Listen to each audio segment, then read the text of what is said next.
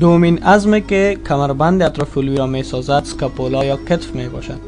اسکاپولا از جمله عظام مسطح بوده شکل مثلث را دارد و از ذروه آن در سفلی قرار دارد و در قسمت علوی خلفی قفس صدری قرار داشته دارای دو وجه، سه کنار و سه زاویه می باشد. وجه ظهری یا فاسس دورزالس آن از علوی به سفلی سه قسمت را نشان می دهد. اول فوسا سوپرا سپیناتا، دوم سپینا اسکاپولارس یک بارزه عظمی می باشد که به وحشی امتداد یافته وقتی که به قدم متوجه گردد به نام اکرومیون یاد می شود که در آن سطح مفصلی به نام فاسس آرتیکولارس اکرومیالس دیده می شود. و سوم فوسا انفرا سپیناتا. سپینا اسکاپولارس یک کنار خلفی داشته که دارای دو شفه علوی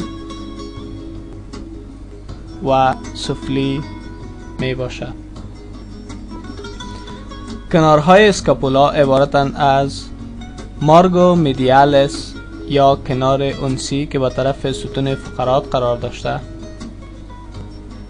و مارگو لاترالس یا کنار وحشی که به طرف جوف اب متوجه است و مارگو سوپریور یا کنار علوی به طرف بالا متوجه بوده و در قسمت وحشی آن یک بارزه به نام سوس کروکویدوس قرار دارد و یک سلیمر به نام انسوسورا اسکاپولا دیده می شود.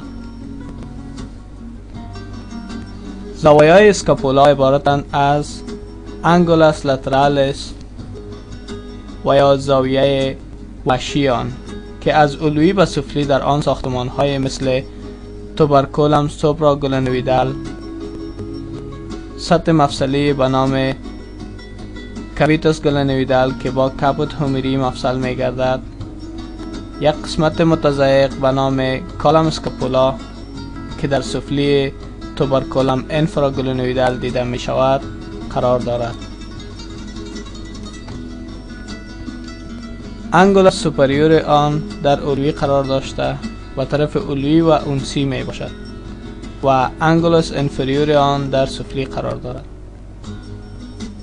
و فاسس کوستالس آن دارای حفرات به نام فوسا ساب اسکاپولارس می باشد.